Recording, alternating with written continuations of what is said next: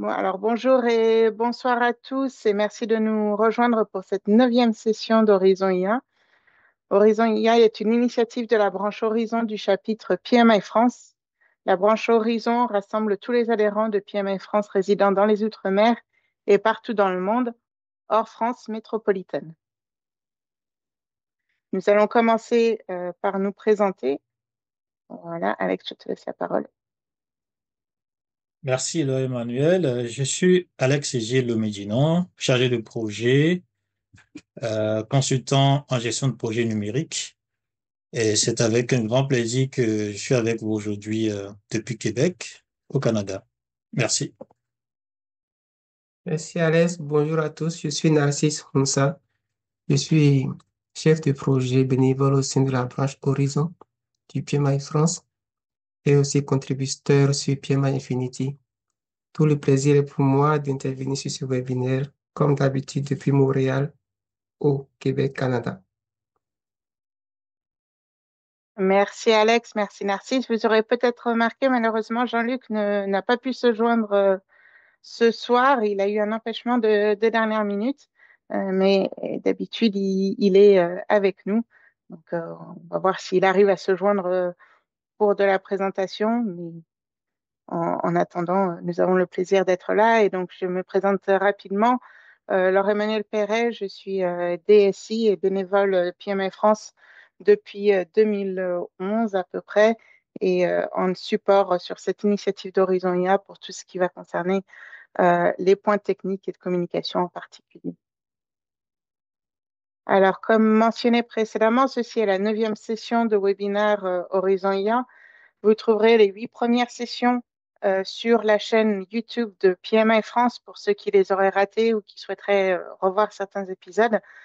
Sur les sessions précédentes, nous avons abordé des thématiques comme les fondamentaux de l'intelligence artificielle dans la gestion de projet, le concept de prompting, comment créer un GPT soi-même, comment choisir son IA et bien plus. Donc vraiment, nous vous invitons à retrouver toutes ces vidéos sur la chaîne YouTube de PMI France. Comme à notre habitude, cette fois-ci, le webinaire se divise en 3 parties. Nous allons donc commencer avec la notion du mois qui, ce mois-ci, euh, sera autour de comment utiliser l'intelligence artificielle pour booster nos power skills. Et donc, nous reviendrons sur ce que sont ces power skills dans la notion du mois. Ce sera suivi d'un cas pratique illustrant vraiment cette utilisation d'intelligence artificielle pour booster ces compétences qui peuvent paraître des compétences très humaines et non artificielles. Et nous finirons, comme d'habitude, sur les nouveautés du mois. Donc, avec ceci, nous allons commencer tout de suite par la notion du mois. Alors, la notion du mois, ce mois-ci, nous avons choisi de parler un petit peu des power skills, donc les compétences personnelles en français, très souvent aussi appelées les soft skills dans les entreprises. Vous avez sûrement utilisé ce terme-là également. Les 4 compétences personnelles principales telles que définies ou regardées en tout cas par le PMI dans le Pulse of the Profession 2023, euh, ce sont la communication, les résolutions de problèmes, leadership collaboratif et réflexion stratégique. Donc, on voit que ce sont des compétences qu'on catégorise en général comme très humaines.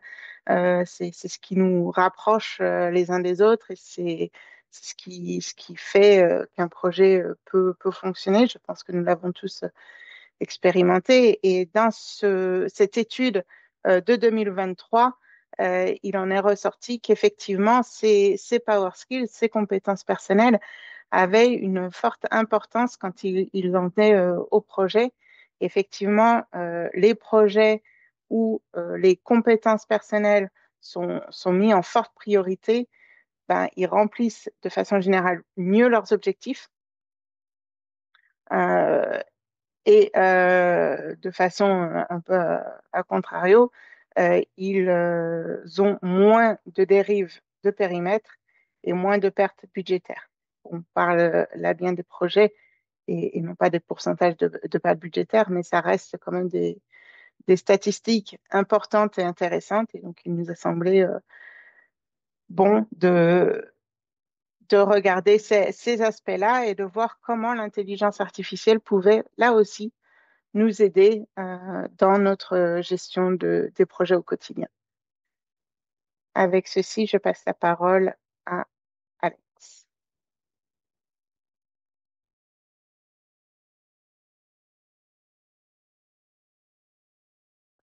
Pardon, je ne passe pas la parole à Alex. Je vous présente d'abord le contexte du cas pratique. Donc, le cas pratique que nous avons choisi pour vous ce mois-ci, c'est Mathéo, un nouveau gestionnaire de projet à qui on vient de confier un projet qui est en cours.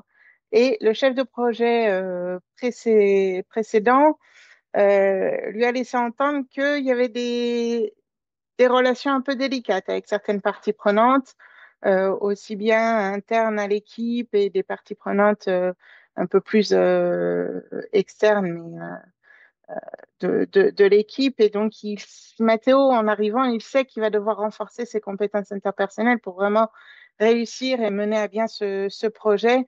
Donc, il va commencer par observer les comportements et les styles de communication des personnes dans le projet. Et il va se rapprocher d'outils comme PMI Infinity pour des conseils pratiques, puis Manus, qu'on va vous présenter aujourd'hui, euh, pour vraiment l'aider à naviguer avec succès ce projet complexe. Donc là, maintenant, je laisse la parole à Alex. Merci, Laure Emmanuel. Donc, effectivement, face à ce contexte, Mathéo va résoudre son problème en 4 étapes. Donc, dans un premier temps, il va consulter PMI Infinity pour avoir les informations, pour avoir les conseils pratiques, les outils. À partir de cette information de base, il pourra faire d'autres recherches approfondies pour pouvoir faire des analyses et les informations qu'il va recueillir de cette recherche-là, il pourra mettre en place des outils propres à lui et mettre en place un outil. Et cet outil ne sera pas parfait, bien sûr. Donc, il va tester et puis faire améliorer au fur et à mesure qu'il utilise. Donc, justement, c'est ce que nous allons voir. Ici, c'est une sorte de feuille de route de ce que nous allons faire dans notre démonstration. Je passe la parole à Narcisse. Ok, merci Alex, merci Laure Emmanuel. Et donc, dans un premier temps, nous avons voulu avoir recueilli un certain nombre d'informations de PMI Infinity. Donc, nous avons élaboré un prompt qui nous a servi donc à alimenter PMI Infinity.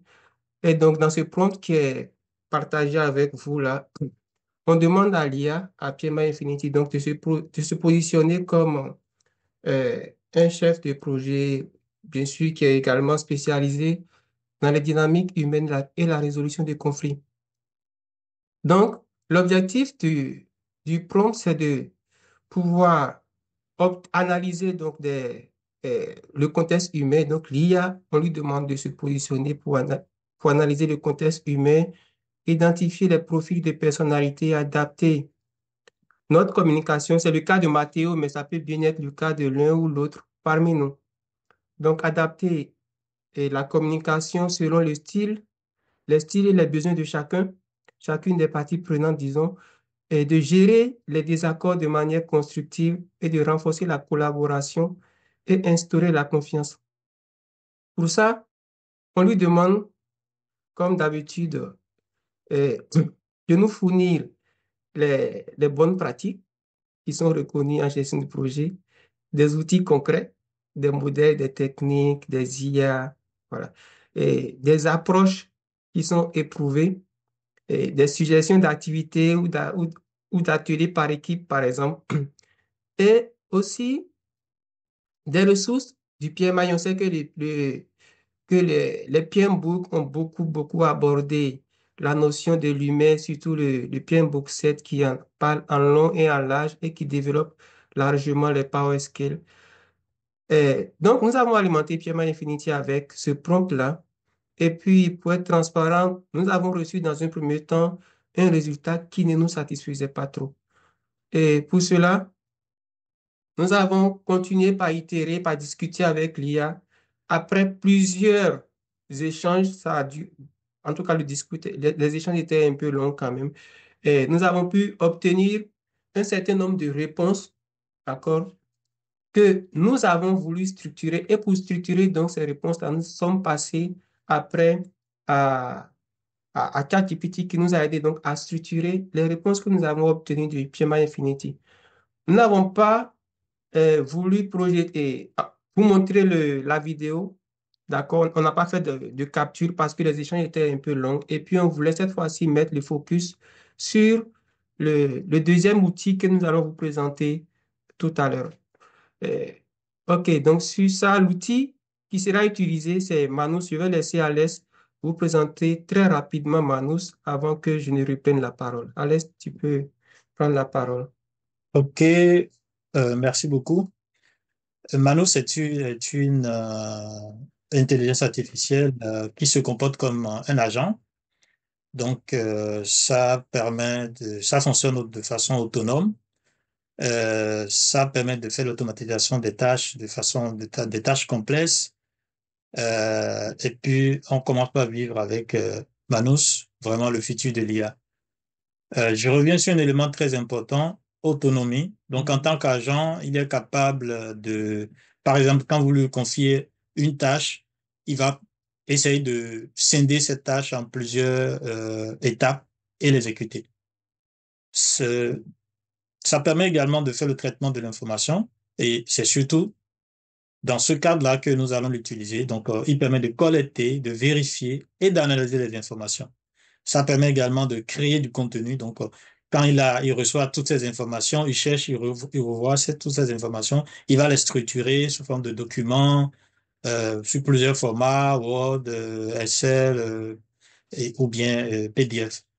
C'est un assistant aussi multimodal. Alors, au-delà de tout ce qui est dit là, moi, je peux dire que pour ceux qui sont habitués avec ChatGPT, et plus précisément l'agent de ChatGPT, Manos fonctionne presque comme l'agent de ChatGPT. Alors que l'agent de ChatGPT, je pense que il faut l'expérimenter avec déjà $200. Mais ici, on peut déjà l'expérimenter gratuitement.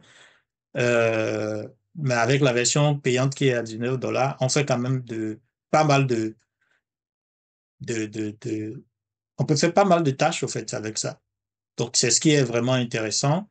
Et l'autre chose, en tant qu'agent, pour ceux qui ne sont pas trop habitués avec les agents, quand vous lancez une recherche, par exemple, il affiche son ordinateur et il pourra, en tout cas, je vais laisser Narcisse donner plus de précision à ce niveau-là. Donc, de façon très brève, ce qu'on peut retenir de Manus, c'est un agent. Et nous avons eu la chance, notre équipe, de bénéficier quand même de pouvoir le tester très rapidement parce que quand Manus est venu sur le marché, il n'a pas donné la possibilité à tout le monde de l'utiliser directement. Donc, il faut écrire d'abord à l'entreprise pour pouvoir avoir le privilège de tester avant son lancement officiel. Donc, je pense que maintenant, ça devrait être accessible à tout le monde. Mais nous, on avait accédé à ça avant que ça soit accessible au public, ce qui nous a permis quand même de faire des expérimentations. Donc, on peut revenir sur plus de détails dans les questions. Ok, Narcisse, merci. Avant de continuer, je voudrais compléter quand même quelques précisions. Hmm. Je voudrais dire que si aujourd'hui nous faisons le test de Manus, c'est grâce aux propositions des participants comme vous. Il y a, je pense, sur 2 ou 3 webinaires passés, il y a des participants qui nous ont demandé est-ce que nous pouvons traiter de Manus. Voilà. Donc, nous avons poussé notre curiosité, comme ça, on a pu avoir un accès de quelques tokens que nous avons testés et que je vais vous présenter tout à l'heure. Je laisse Alex présenter euh, la suite. Ok, donc il reste cette partie pour finaliser la présentation de Manus. Alors, il y a un classement, donc le GA AI. Ici, c'est, comment on va dire, ça permet de classer les IA, en fait. C'est une référence en matière de classement. Donc, vous pouvez taper ça sur Google, vous aurez plein d'informations sur comment ce classement se fait C'est un classement qui se fait de façon indépendante. Alors, il tient compte de trois niveaux de résolution de problèmes, donc niveau 1, niveau 2, niveau 3. Et on se rend compte ici que sur tous les trois niveaux-là, Manus quand même prend le dessus. Avant de laisser la parole à Narcisse, je tiens à notifier que ce classement tel qu'affiché, on l'a, on a pris cette information du site de Manus. Donc, cette information était vraie lorsque Manus sortait. Mais est-ce que c'est vrai aujourd'hui? Ben, il faut aller peut-être sur cette plateforme vérifier si il bat toujours le record. Sinon, à sa sortie, il battait pleinement le record. OK, merci, je te laisse la parole. Ok, merci Alex. Donc, comme je disais tantôt, les informations que nous avons recueillies de PMI Infinity ont été structurées et avec la structure générée par ChatGPT, nous avons donc élaboré le prompt qui nous a servi à alimenter Manus. Donc, dans ce prompt, euh, on lui demande de se positionner toujours comme chef de projet dans un contexte de dynamique humaine, et surtout dans un contexte où il y a des tensions interpersonnelles. Vous voyez, dans une équipe, Matteo vient d'arriver, il y a des tensions interpersonnelles, il y a des diversités de profils, enjeux d'influence, tout ça. Donc, en tant que chef de projet, comment est-ce qu'il peut se comporter? Et donc, son objectif, c'est de pouvoir développer, lui, ses compétences interpersonnelles, donc ses power skills, pour améliorer sa posture de leader, d'influence, et puis renforcer la cohésion d'équipe, parce que le rôle du chef de projet, le rôle de Matteo, c'est que son projet puisse rouler. Donc, la mission qui a été confiée à l'agent IA, se décline en 5 axes. Premier axe, c'est qu'il puisse produire des modèles reconnus pour analyser des profils de personnalité, des modèles comme le MBTI, le 10, le PCM, le Big Five et autres. Qu'il propose également des méthodes pour adapter la communication donc à la structure d'équipe ou mieux des communications ciblées.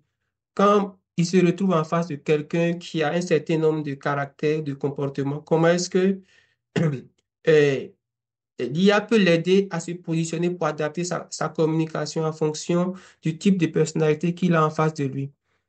Aussi, on lui demande de nous proposer des outils modernes ou des IA, euh, par exemple le NLP, analyse émotionnelle, des assistants vocaux, pour améliorer l'écoute active, la perception émotionnelle dans un cadre hybride ou virtuel. Donc, c'était 5 axes. Le quatrième axe, Alès, tu peux aller au suivant. OK, merci. Le quatrième axe, ce sont des études de cas et bonnes pratiques sur la gestion des conflits dans des projets à forte charge émotionnelle ou enjeux relationnels. Et puis, le cinquième axe, ce sont des stratégies concrètes pour exercer un leadership bienveillant, sans autorité hiérarchique. Donc, comment est-ce que l'IA en général et puis comment est-ce que Manus en particulier pourra aider notre chef de projet à obtenir ces informations pour pouvoir mieux gérer son équipe? Donc, nous avons, comme on le disait tout à l'heure, obtenu quelques tokens que nous avons pris pour expérimenter. Et voilà l'interface de Manus telle qu'il se présente. Et ce qui est intéressant, c'est que lorsque nous l'avons alimenté, nous avons copié le prompt de tout à l'heure, que nous avons juste collé dans le chat. Et on voit tout de suite que dans son fonctionnement, Manus va nous présenter euh, une interface en deux parties. Il y a la partie où les échanges sont présentés, tout à l'heure on le verra.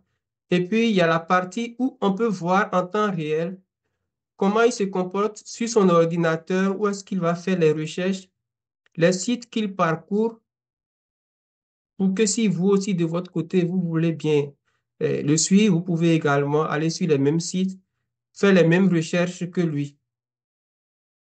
Donc, on voit bien les sites qu'il parcourt, son comportement partout, ce qu'il fait, ça se voit en temps réel.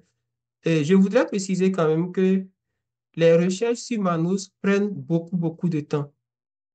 Lorsqu'on lui lance une requête, par exemple, il y a des requêtes euh, où la réponse peut être générée après plusieurs dizaines de minutes. Et ce qui est intéressant, c'est que lorsqu'il finit de parcourir les différents sites, la Manus vous génère des fichiers PDF ou des fichiers Word. Et c'est ce qu'il a fait. Il a généré des fichiers. Ça, c'est un des fichiers que Manus a généré. Donc, nous, on prend le temps de lire le fichier sur l'ordinateur de Manus. Donc, à droite, bien sûr, c'est l'ordinateur de Manus. Et toutes les informations qui étaient contenues dans tous les fichiers Word ont été récapitulées dans un fichier PDF. C'est ce que nous avons constaté.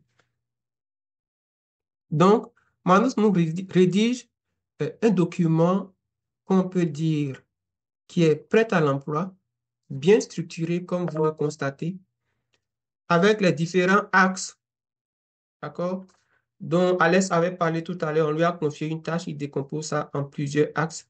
Et ce qui est intéressant aussi, c'est que Manus, il cite les sites qui lui ont permis de générer le document. C'est vrai que c'est pas nouveau, ChatGPT le fait, il y a beaucoup d'IA, Copilot aussi le fait, mais c'est toujours intéressant de, de non seulement voir les liens, mais beaucoup plus intéressant de voir que l'IA quand même, il fait des recherches, il parcourt des sites, ça c'est quelque chose qui est nouveau euh, au niveau des agents. Donc, il nous montre comment est-ce qu'il a structuré les résultats en plusieurs axes. Il nous présente les modèles qu'on lui avait demandé de nous étudier, le MBTI, ses forces, ses limites. Pareil pour le disque, il nous présente également de quoi est-ce qu'il s'agit, ses forces, ses limites et les Big Five. C'est pareil pour tous les modèles en général, il nous a présenté de quoi est-ce qu'il s'agit et puis comment est-ce qu'on peut les implémenter.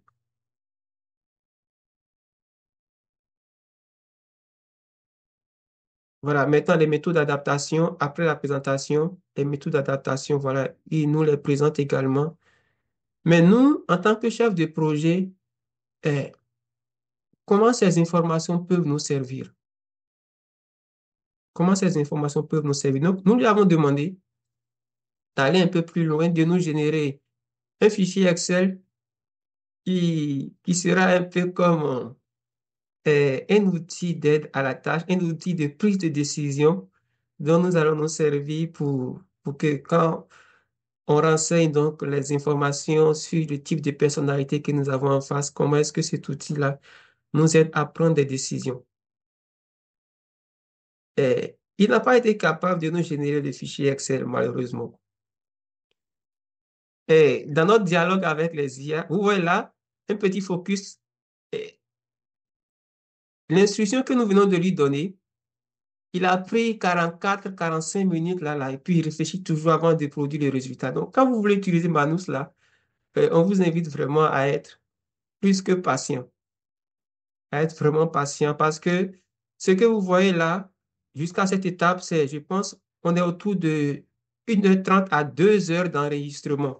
Nous avons dû eh, compresser des heures, en tout 4h30 à 5 heures d'enregistrement que nous avons compressé en 10 minutes. Nous avons mis le focus sur juste quelques parties. Donc, si vous voulez utiliser Manus vraiment, soyez beaucoup patient. Donc, les résultats, tout à l'heure, on lui avait demandé de nous produire un fichier Excel pour nous aider donc à prendre des décisions. Il a décrit le fichier, il n'a pas pu produire le fichier, mais il nous a quand même décrit le fichier.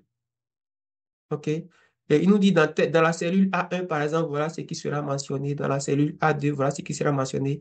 Et il n'a pas produit le fichier. Nous, on a récupéré ces informations que nous avons donc soumis à ChatGPT parce qu'on sait que lui, il est très rapide et dynamique dans ces petites, euh, sur ces petits sujets-là. Donc, on a soumis ça à ChatGPT. ChatGPT nous a promis un résultat que nous vous avons présenté tout à l'heure.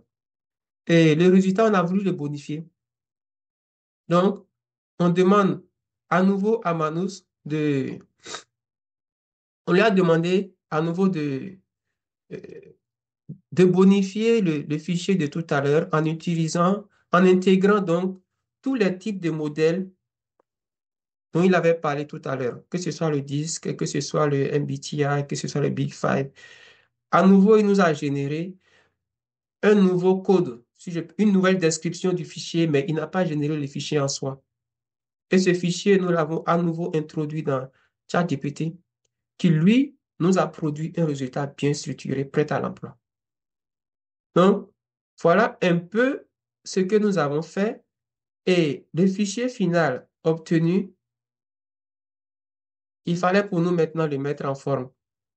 Donc, voilà les exercices de mise en forme. Vous voyez là, il y a 4 onglets. Il y a l'onglet instruction où il décrit un peu comment je vais dire, les différents critères par modèle. Il y a l'onglet formulaire où il va nous demander de,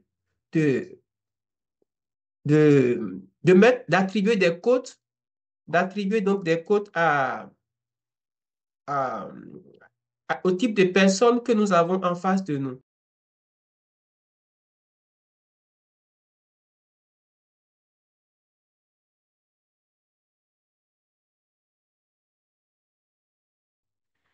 Excusez, OK.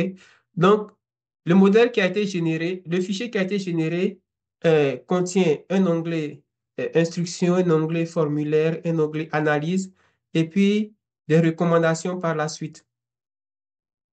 Ce qui est intéressant, c'est que à la suite de l'onglet formulaire, il y a pardon, dans dans l'onglet formulaire, on peut renseigner on peut attribuer des codes à l'individu que nous avons en face de nous.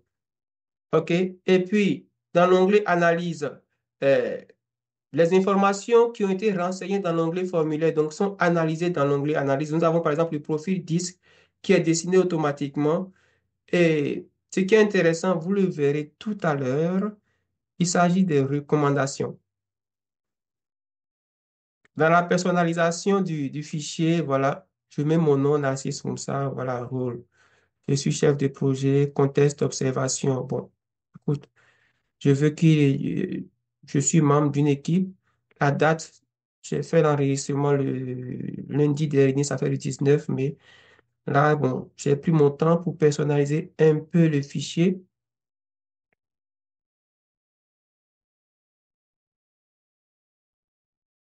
Et, et donc, en gros, on voit comment est-ce que l'outil nous aide en renseignant donc des informations sur le type de personnalité à prendre une décision. Et ce qui est intéressant, c'est qu'à la fin, effectivement, dans le quatrième onglet recommandations, tout à l'heure, vous verrez comment est-ce que il nous aide, il nous dit comment on pourrait se comporter par rapport à un ou à un type de personnalité donné.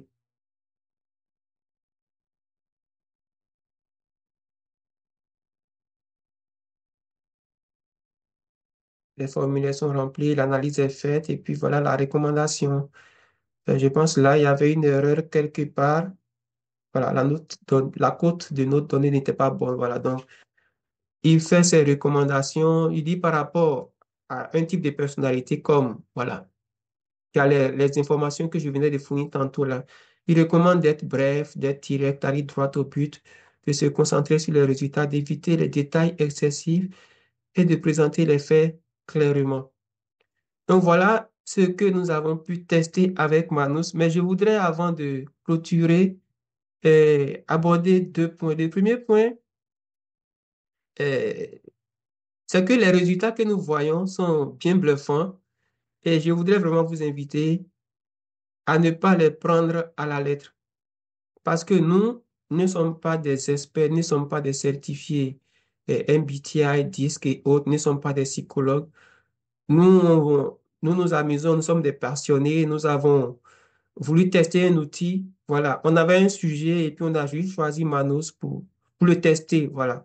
Donc, si vous vous retrouvez dans un contexte où euh, vous devez aborder des sujets aussi sensibles, je vous invite vraiment à avoir toujours le recours d'un expert. Si c'était un sujet en gestion des projets, là, je pense que nous avons quand même les arguments pour analyser du fait que l'outil soit fiable ou non. Mais pour cet outil, c'est bien beau, c'est bluffant, mais permettez-moi de le dire, je ne peux pas vous recommander de le prendre et puis de l'utiliser tout de go. Il faudrait qu'on le fasse approuver par un expert dans le domaine là-bas. Le deuxième point, ça concerne la confidentialité des données. Donc, comme je le disais tout à l'heure, c'est la première fois que nous testons Manus. Et nous avons eu quelques tokens, on n'a même pas pu achever le dialogue que nous avons prévu de faire avec l'IA lorsque les tokens que nous avions se sont épuisés. C'est pour ça qu'on s'est arrêté euh, au milieu du chemin, comme vous le constatez. Et donc, la confidentialité des données, on ne le dira jamais assez. Vérifiez toujours les réglementations au sein de vos organisations. Et puis, lorsque je parle ici de confidentialité des données, ce n'est pas que la confidentialité des données des entreprises, mais c'est aussi la confidentialité de vous-même, vos propres données. Parce que ici, Manu se comporte comme un agent IA. Ça veut dire, il peut aller sur votre ordinateur, il peut aller fouiller vos fichiers, d'accord, parcourir vos fichiers pour pouvoir prendre des décisions. Donc, lorsque vous êtes en face des outils qu'on peut dire aussi puissants, aussi performants, vraiment, faites beaucoup attention avant de les utiliser. Surtout dans un contexte d'entreprise, là, faites vraiment, vraiment attention. OK. Et je voudrais m'en arrêter là. Nous allons prendre vos questions. Je vois des questions qui montent déjà dans le chat. Peut-être que Laure Emmanuel, tu peux nous aider Et avec les questions. effectivement, on a reçu quelques questions au fur et à mesure de la présentation. Merci, Narcisse, pour cette présentation. Euh, alors, il y avait des questions sur la confidentialité des données, mais du coup, je pense que tu l'as adressé à la fin. Si vous avez des questions supplémentaires, n'hésitez pas à les poser. Euh, alors, la construction du fichier Excel, c'est vrai que c'est passé un peu vite. Est-ce que, Narcisse, tu peux revenir ou Alex, vous pouvez revenir sur la création de ce fichier Excel, parce qu'on a compris que c'était pas Manus, mais du coup, comment l'avez-vous créé, s'il vous plaît? OK. Pendant que Alex défile la vidéo, comment est-ce que nous avons construit le fichier Excel? Manus nous a proposé une description du fichier. Alex, pendant que tu parcours là, retourne là où Manus a proposé la description du fichier. Donc, on avait une description du fichier Excel. Nous avons juste pris la description du fichier Excel que nous avons copié et collé dans ChatGPT. Et donc, ChatGPT, lui, par la suite, nous a généré un fichier Excel prêt à l'emploi, sauf qu'il fallait le mettre en forme de tester. Je ne sais pas si ça répond à la préoccupation euh, de la personne. Je pense, et du coup, il y a un peu une question qui peut être connexe à ça et qui peut aussi être tout court. C'est vrai que tu as pas mal insisté sur la longueur de Manus, mais du coup, est-ce que ça en fait une bonne IA ou est-ce que, comparé à d'autres qui sont très rapides, c'est du coup moins intéressant à votre avis? Bon, Euh, je vais répondre à ça rapidement. ok, vas-y, Alès, tu peux prendre la parole. Vous voyez là les codes qui passent, vous voyez, voilà les formules. Je reviens rapidement sur ça et je m'arrête un instant. La première remarque, c'est quoi? Voilà, il donne tous les détails. Donc, vous voyez ici, par exemple, que les formules qu'on va utiliser en Excel, donc si et il a expliqué tout là. Dans les moindres détails, il a décrit. Donc, sa puissance, c'est quoi? Je lui ai demandé, bon, nous l'avons demandé, écoute, toutes les informations que tu as fournies, essaie de nous faire un formulaire accessible pour que nous, qui ne sommes pas vraiment des experts, mais qui sommes, en tant que gestionnaire de projet, on peut observer. Donc, en observant, on peut juste cocher des cases et à la fin, tu nous donnes une recommandation. Donc, mais nous n'avons aucune idée de comment ça va se faire dans les détails. Donc, lui, d'abord, dans un premier temps, il essaie de comprendre ce qu'on l'a demandé. Il décompose et dans toutes les informations qu'il a recueillies, il voit est-ce qu'il a toutes les informations qu'il faut. S'il n'a pas toutes les informations, il ira sur Internet, voir est-ce qu'il y a un tel formulaire qui existe. Si oui, qui l'a développé? Est-ce que c'est fiable? Et au fur et à mesure qu'il est en train de faire cette recherche-là, il est capable de vous montrer sur quel site il est parti pour vérifier ces informations. Et quand il finit de collecter toutes ces informations, il analyse à son niveau, il comprend, il se rend compte que, OK, donc voilà ce que je vais faire. À partir de ça, il met maintenant les codes qu'il faut. En fait, c'était la toute première fois qu'on l'utilisait parce qu'aujourd'hui, on l'a testé encore avant la rencontre.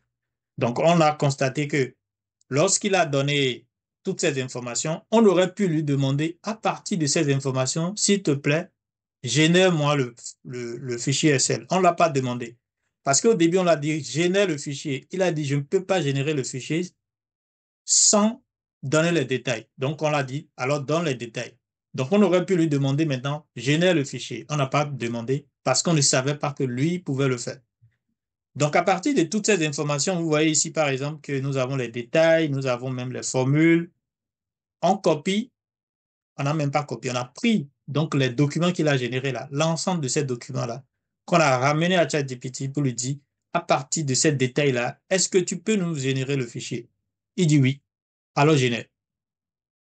Donc, c'est pour dire oui. Ça a pris assez de temps, mais je pense que ça vaut la peine parce que ça prend le temps nécessaire pour aller faire des comparaisons, pour aller faire des recherches et pour analyser ce qu'il trouve aussi sur Internet. Il ne ramène pas juste ce qu'il a trouvé sur Internet, donc il analyse. Donc, moi, je pense que ça vaut la peine, cette patience-là, ce temps. Donc, voilà ce que je peux dire à son sujet. Je vais juste compléter que et pourquoi est-ce on est parti aussi vers ChatGPT. C'est vrai qu'on ne savait pas que Manus pouvait le générer tout de suite, mais nous, on avait une contrainte de temps le jour où on faisait le test. Donc, on voulait aller vite. On sait que ChatGPT, pour ces genres de questions, va très vite. C'est pour ça que nous avons soumis donc, à ChatGPT l'information recueillie de Manus. Et ce qui est quand même intéressant, sur lequel je voudrais attirer notre attention, c'est qu'à travers ce webinaire, euh, on voulait aussi montrer comment on peut tirer le meilleur profit de la combinaison de plusieurs IA. Vous avez constaté que nous sommes partis de PMA Infinity, nous sommes passés par ChatGPT, nous sommes allés après à Manus, on est retourné à ChatGPT. Voilà. Donc, comment on peut tirer profit de plusieurs IA en utilisant donc leurs points forts? Il y a une question qui dit, attends, si je, il y a une question qui dit, qu'est-ce que Manus a de différent de ChatGPT? La personne voyait que ChatGPT aurait fait pareil. Je ne sais pas si je... Ouais, je vais essayer de répondre à cette question. Ok. Qu'est-ce que ChatGPT a de différent, ou bien de Manus a de différent que ChatGPT? Euh, bon, je peux dire que ChatGPT a aussi son agent. Je ne sais pas si vous l'avez expérimenté. Si vous ne l'avez pas expérimenté, faites des recherches sur YouTube et regardez comment l'agent de ChatGPT fonctionne. Manus fonctionne exactement de cette manière-là. La démonstration, en fait, on a fait l'usage de quelques crédits accordés. Donc, c'est pas vraiment dans sa version payante. La version payante, c'est avec 19 dollars. Même sans cette version-là, on n'avait pas compris parce que voilà, c'était la première démonstration. On le découvrait et on le partageait directement avec vous. Donc, on s'est rendu compte ce matin qu'on a la possibilité de lui demander de nous montrer vraiment ce qu'il est en train de faire.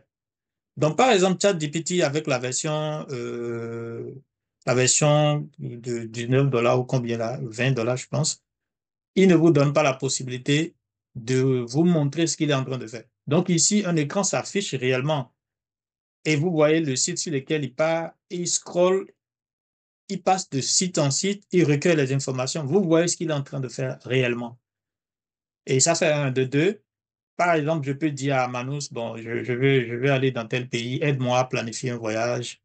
Il va parcourir les sites. Il est capable d'aller remplir les formulaires à mon nom, donc si je veux.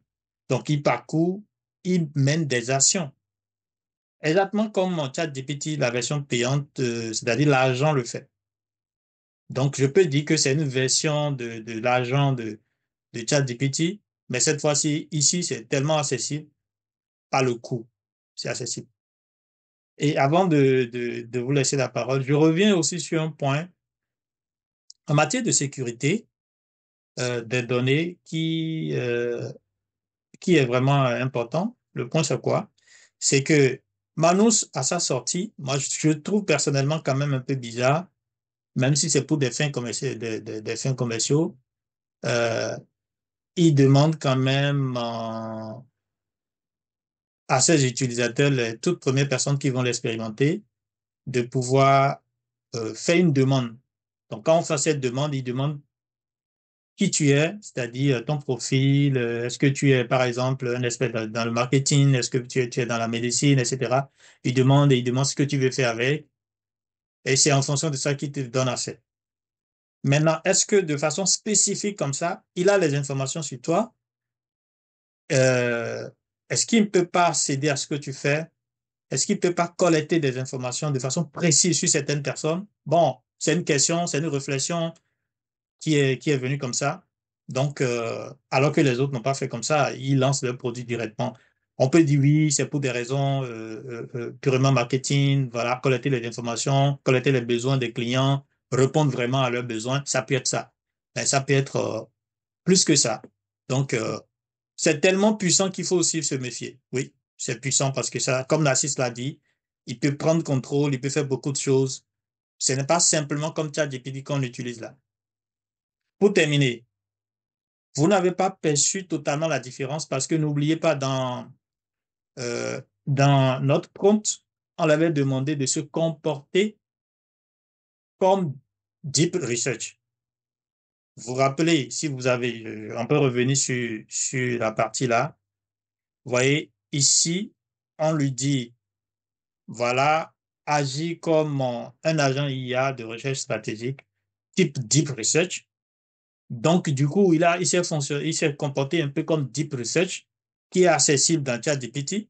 Donc, ce qui fait que vous ne voyez pas la différence. On aurait pu enlever cette précision et vous allez voir que son comportement serait tout autre.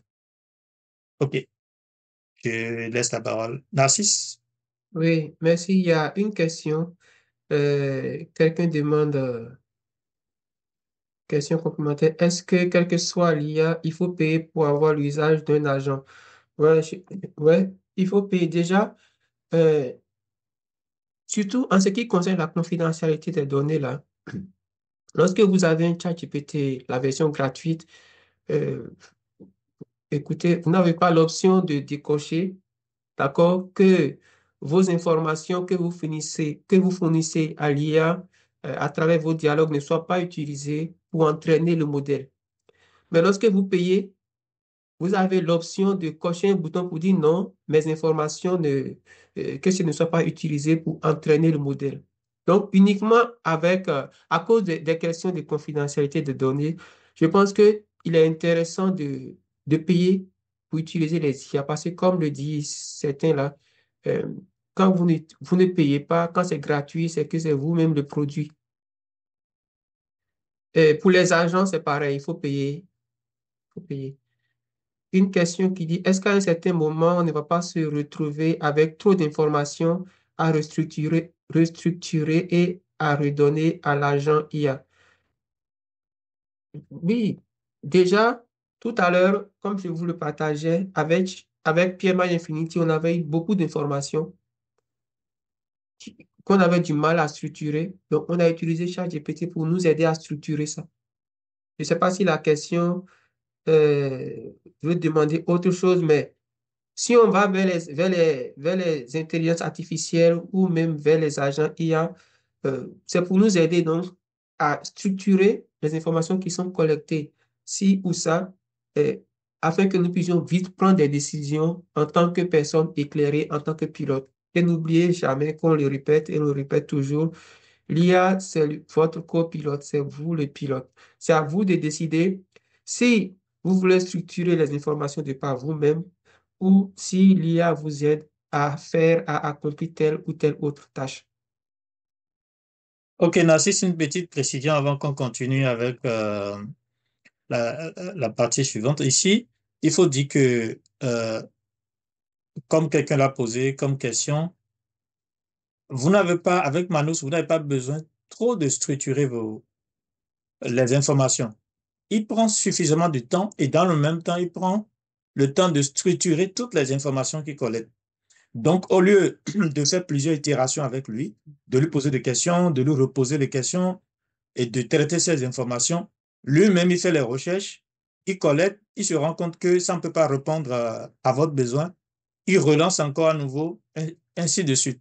Donc, il ne veut pas, il ne vous pose pas beaucoup de questions, ou du moins, vous n'avez pas besoin de beaucoup interagir avec lui. Avec une seule question, il va collecter l'information, il va traiter l'information. Il prend du temps, certes, mais il donne des informations vraiment de qualité. C'est ce que je peux dire avant de continuer.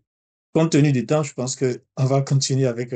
On peut revenir Oui, aux questions à la fin. j'allais dire, on finira peut-être les questions après. Je ne veux pas qu'on rate les nouveautés du mois.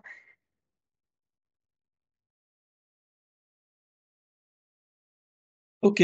Comme nouveauté, bon, cette fois-ci, il y a pas tellement de nouveautés. Quelques mises à jour par-ci, par-là, des modèles qui existent déjà.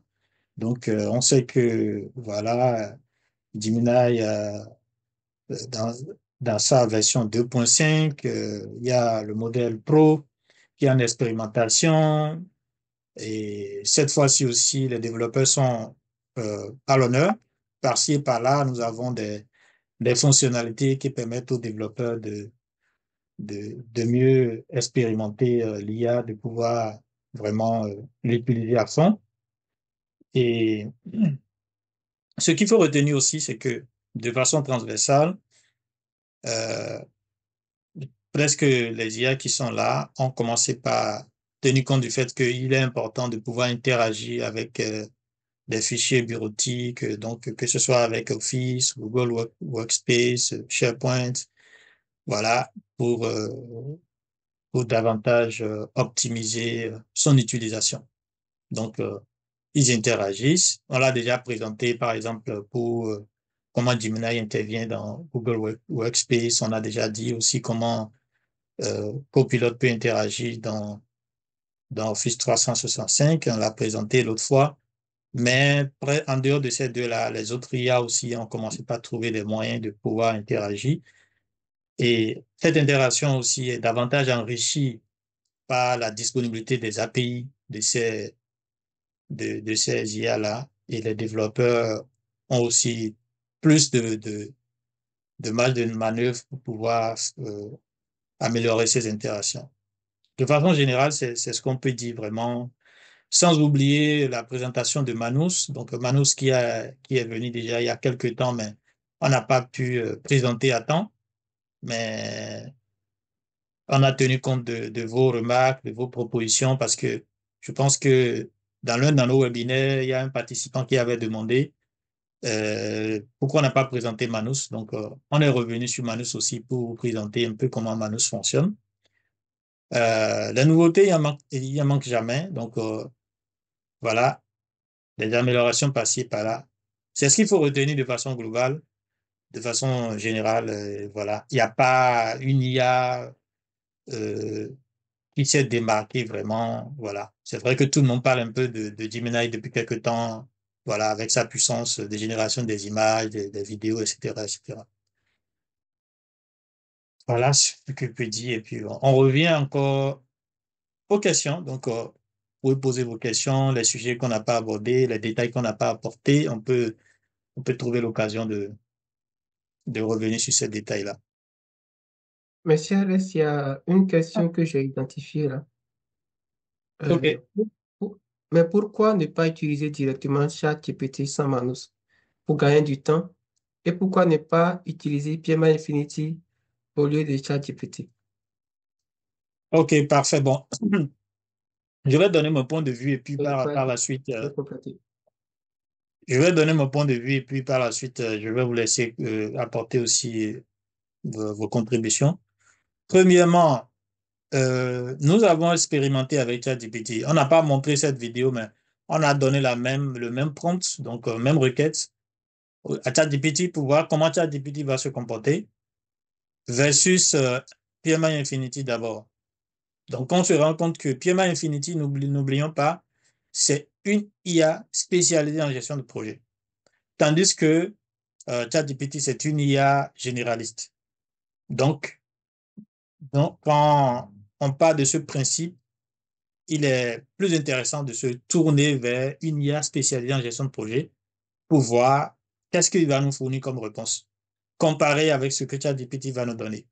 La différence n'est pas trop grande par rapport à ce cas précis, mais il y a une différence quand même. Et PMI Infinity est privilégié par rapport aux réponses. Ça, c'est le premier point. Deuxième point, quand je prends l'utilisation de Manus, Manus nous collecte les informations, structure les informations sous forme de documents, ce que ChatGPT ne ferait pas d'un coup. ChatGPT va nous donner les informations, on va lui demander est-ce que tu peux nous structurer ces informations euh, dans un format, peut-être dans un document Word, etc., etc., avant qu'il le fasse. Donc, à moins que le prompt le dise déjà dès le début. Mais ici, vous voyez, Manus, on l'a rien demandé. On a juste posé une question et il est parti générer le document. Ça, c'est un. Le document est tellement bien structuré que, à partir de ce document, on peut lui demander aussi de nous proposer voilà, euh, la structuration du fichier Excel. Vous ne l'avez pas vu dans ChatGPT, on a posé la même question à ChatGPT. ChatGPT nous a donné des conseils, des orientations, mais en aucun cas n'a donné des formules.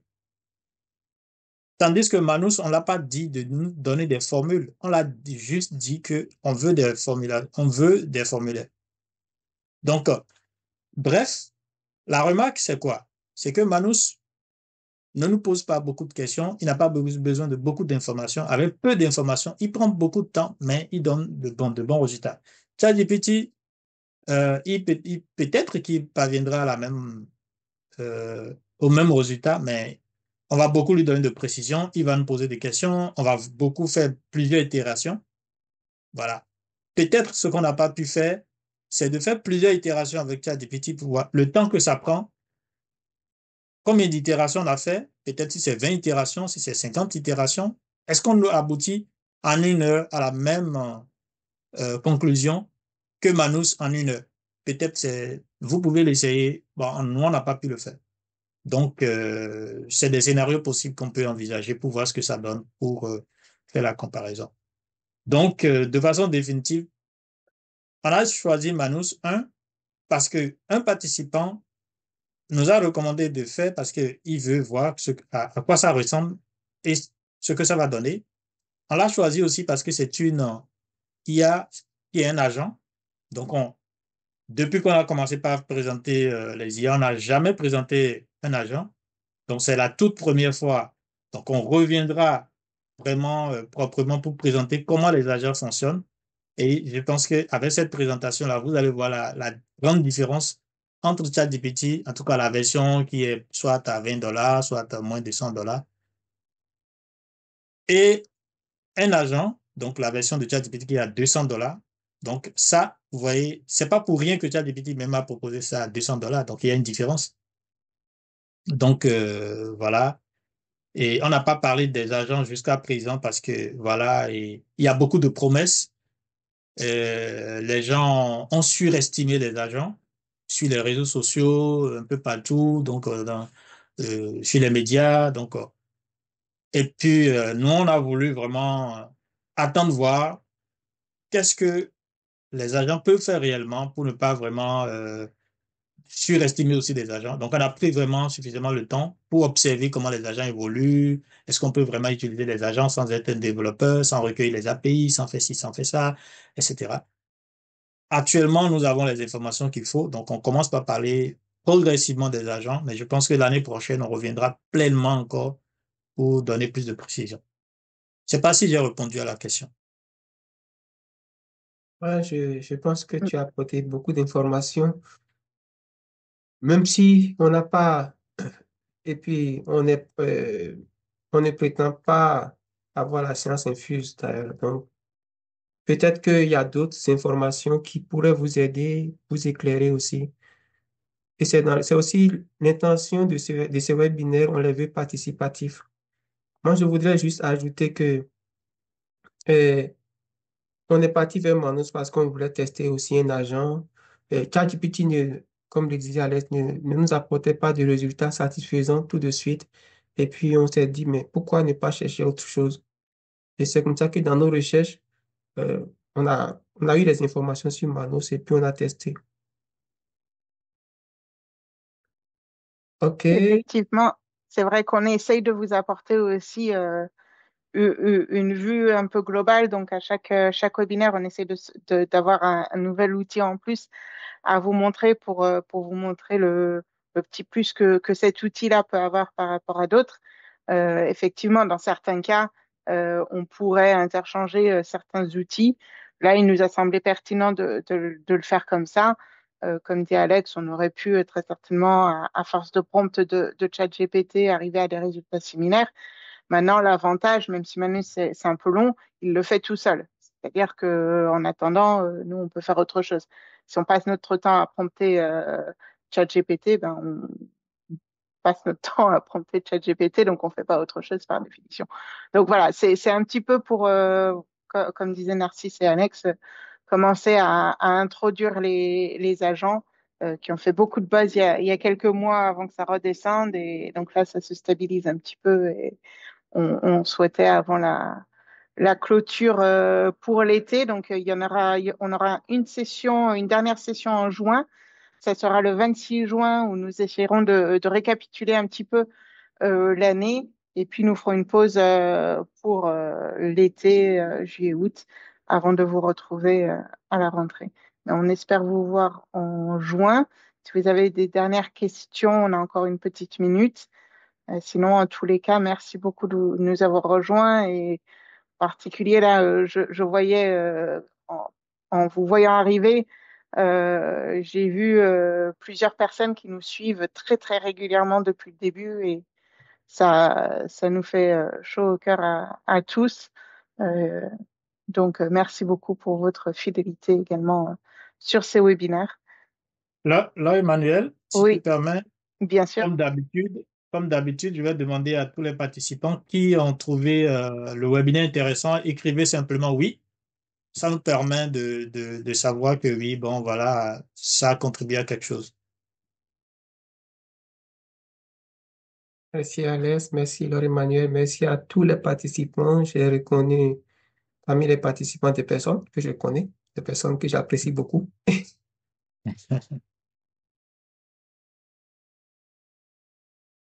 Voilà, super. Bon, a priori, les webinaires servent à quelque chose, Alex. J'ai vu beaucoup de oui défiler. Donc, merci encore, et merci à tous Merci. pour votre fidélité. Et nous espérons vous revoir donc le 26 juin. Ouais. Merci. Merci, Bye. bonne fin de journée. Bye.